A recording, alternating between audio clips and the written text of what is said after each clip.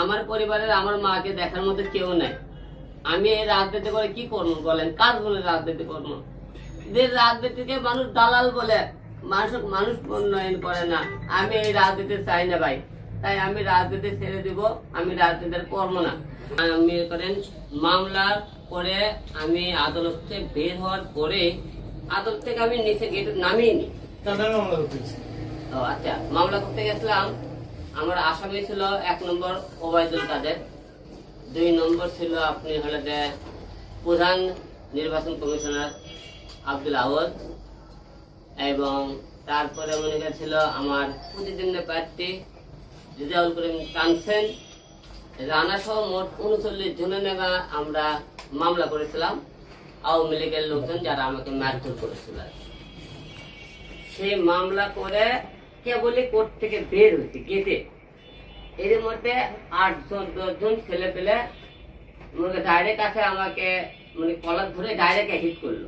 আপনি দেখছেন আমার মারামারি ফুটেজটা সারা বাংলাদেশের লোক আপনি দেখছেন কি হারে আমাকে মারধর করেছিল আর কি, যে ফুটবলের লাগানো ছটাইছে আমার, যে আপনারা দেখছেন।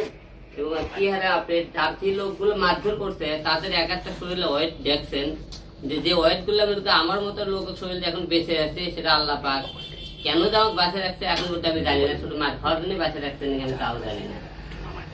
যাই হোক, সেখান থেকে ওখান থেকে লোকজন করছে তুই তারেক দিয়েও গালিগালাজ কেন করছিস?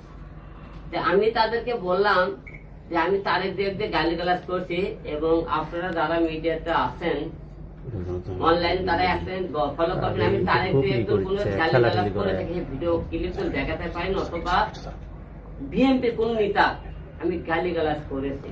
আমি অন্যায়ের মধ্যে যদি একটা অন্যায় করে থাকি সেটা রুহুল কবিরের বিরুদ্ধে একটা মামলা করেছিলাম। সেই মামলাটা আমি বলেছিলাম যে আমাকে ডিবি হারুন ট্যাপে ফেলে মামলাটা করাইছিল, এরকম মামলাটা করেছিলাম, এটা কিন্তু সেটা বলছি।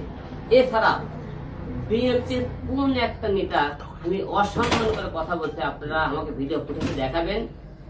এখন আমি বলে দালাল হয়ে গেছি, এখন হিরো আলম তুই করতে তুই দালাল হয়ে গেছে, তাহলে আমি দালাল হয়ে গেছি এখন, মানে বিএনপি